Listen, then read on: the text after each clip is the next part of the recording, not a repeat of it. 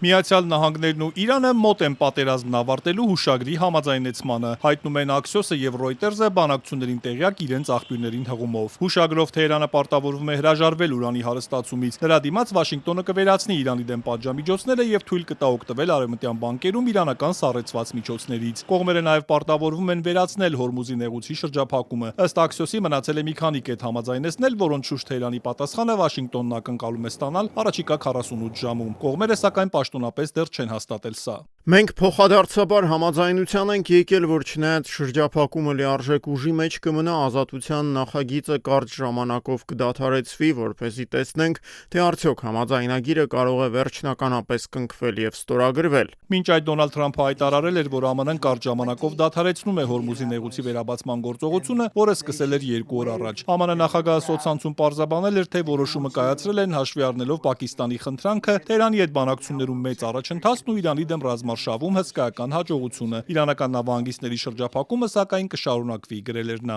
Մենք կանենք մեր լավագույնը բանակցություններում մեր օրինական իրավունքներն ու շահերը պաշտպանելու համար։ Մենք ընդունում ենք միայն արդար եւ համապարփակ համաձայնագիր։ Իրանը դեռ պաշտոնապես չի արձագանքել Հորմուզի վերաբացումը դադարեցնելու որոշմանը, սակայն պետական լրատվամիջոցներն այն արդեն հաղթանակ են ներկայացնում։ TASNIM-ը գրում է, որ Թրամփը նահանջել է եւ փորձում է կոծկել Իրանի դեմ գործողության ձախողումը։ ԻՌՆ-ն էլ դա անվանել է ԱՄՆ պարտություն, նշելով, որ Թրամփն օգտագործել է իր վերջին խաղաքարտը։ Իրանի արտգործնախարարը Չինաստանում իր պաշտոնակցի հետ հանդիպմանը հայտարարել է, որ Իրանն ԱՄՆ-ի հետ բանակցություններում կընդունի պատերազմը դադարեցնելու միայն մեջբերում եմ արդար եւ համապարփակ համաձայնագիր։ Իրանի նախագահ Մասուդ Փեզեշքյանն էլ արձագանքելով Վաշինգտոնից հնչող հայտարարություններին, որ Թեհրանը պետք է ընդունի պարտությունն ու հանձնվի, սոցցանցում գրել է, որ ոչ ոք չի կարող Իրանին ստիպել հանձնվել։ Մինչ Իրանում հաղթանակ են համարում Հորմուզը վերաբացելու գործողության դադարեցումը, Միացյալ Նահանգներն ու Պարսից ծոցի մի շարք երկրներ ՄԱԿ-ում բանաձև են մշակել ապահովելու նեղուցով անվտանգ նավագնացությունը։ ՄԱԿ-ի անվտանգության խորհրդում բանաձևի քվեարկությունը սպասվում է առաջիկայում։ ԱՄՆ պետքարտուղարը կոչ է արել վետո չկիրառել։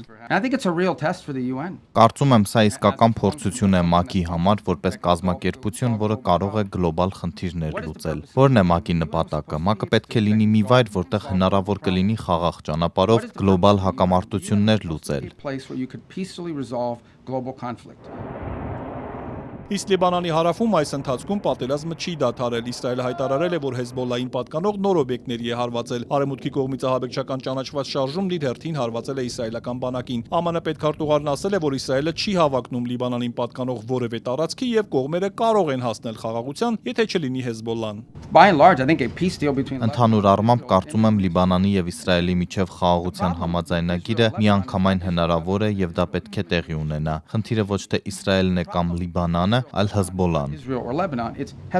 Լիբանանում պատերազմի հետևանքով սպանվել ավելի քան 2700, վիրավորվել 8300-ից ավելի մարդ։